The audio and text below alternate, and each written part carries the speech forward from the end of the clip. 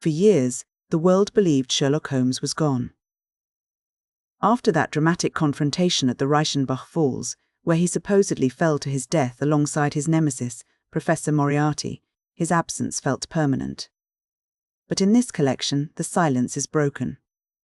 The stories begin with the shock of his return, a moment that fundamentally shifts the landscape of his adventures. He doesn't just reappear, he explains how he survived. He tells Dr. Watson that he used a form of Japanese wrestling called baritsu to maneuver Moriarty off the ledge, allowing Holmes to survive while his enemy fell. During his 3-year exile, Holmes hasn't been idle. He has been travelling through Tibet and France, working secretly with Mycroft Holmes to dismantle the remnants of Moriarty's criminal empire. His return is marked by a high-stakes game of cat and mouse. The first real test is the mystery of the Park Lane murder, an impossible crime committed in a locked room. Holmes discovers the killer was Colonel Sebastian Moran, a master marksman and Moriarty's former lieutenant. To catch him, Holmes orchestrates a brilliant psychological trap. He uses a silhouette of himself as bait, a lamp, and a screen to lure Moran out of hiding, eventually facing the man in a duel to prove that the shadow of the criminal underworld can be dismantled. As Holmes settles back into his life at 221B Baker Street, the cases he handles begin to show a wider variety of human motives. We see him navigating the complexities of domestic fraud and personal vendettas. In one instance, he clears a young solicitor from a murder charge by proving that a blood-stained thumbprint was actually a wax forgery. The victim, a man named Jonas Oldecker, had attempted to stage his own death to frame the young man. In another case, Holmes decodes a series of strange, childish symbols known as the dancing men. These weren't just random scribbles, they were a substitution cipher used by a man named Hilton Cubitt to identify his killer, an old criminal from his wife's past. By using that same code to lure the killer into a trap, Holmes manages to save a woman from a life of being hunted. The cases start to move away from simple theft and into more specialized, technical territory. In The Adventure of the Engineer's Thumb, Holmes investigates a murder where the dying words of the victim point toward a professor. He discovers the killer was actually a woman trying to protect her husband, a former Russian nihilist. This case introduces a recurring theme in the collection, the tension between the strict letter of the law and the moral necessity of justice. Holmes often finds himself in a position where he knows the truth, but the truth might cause more harm than good if it is brought before a judge.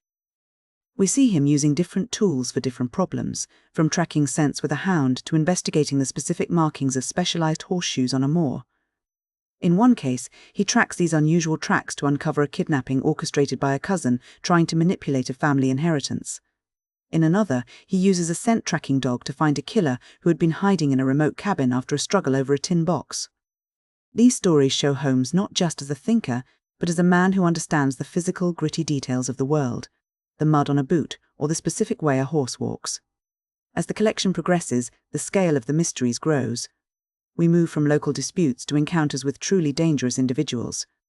There is the case of the blackmailer, Charles Augustus Milverton, a man so loathed that Holmes himself has to go undercover as a burglar to steal compromising letters from him.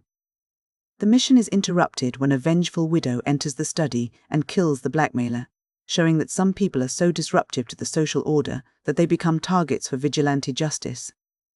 The stories also touch on the concept of hidden objects and secrets. We see a case involving Napoleon busts, where Holmes realizes that a thief is using plaster casts to hide a stolen, priceless pearl. It's a reminder that even in a room full of art, the most valuable thing might be hidden in plain sight, tucked away in a piece of common plaster.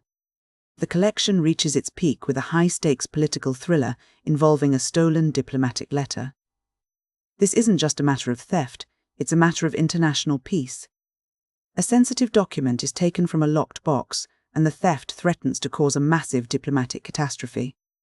Holmes's investigation reveals that the thief was actually Lady Hilda Trelawney Hope. She didn't steal it for profit, but out of desperation to protect her husband's reputation and prevent a scandal. In a masterful stroke of deduction, Holmes realizes the letter never actually left the house.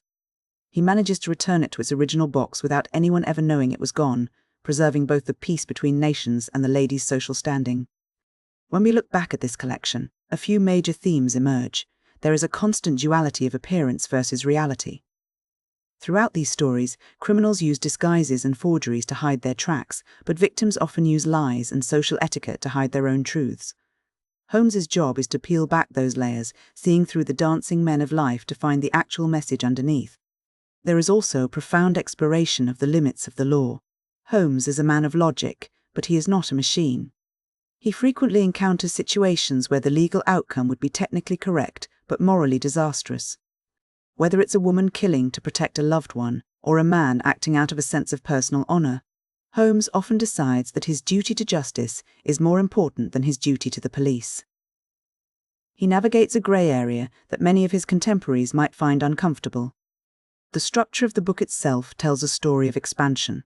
It begins with the personal, immediate aftermath of Holmes's return from the brink of death.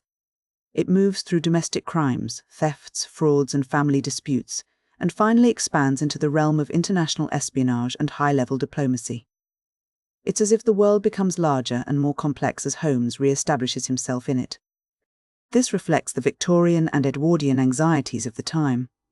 There was a deep concern about the stability of social reputations and the shifting nature of international relations. As the British Empire grew and became more interconnected, the crimes of the individuals often had consequences that reached far beyond a single street in London. The stories capture that feeling of a world that is becoming increasingly complicated, where a single letter or a single stolen pearl can have massive implications. Ultimately, The Return of Sherlock Holmes is more than just a revival of a character. It is an exploration of what happens when a hero returns to a world that has become more complicated than the one he left. He returns not just as a detective, but as a stabilizer, someone capable of navigating the messy intersection of human passion, social reputation, and the strict demands of the law. He shows us that while the shadows might be growing longer, and the puzzles more complex, the truth is still there, waiting to be found by anyone with the patience to look beneath the surface.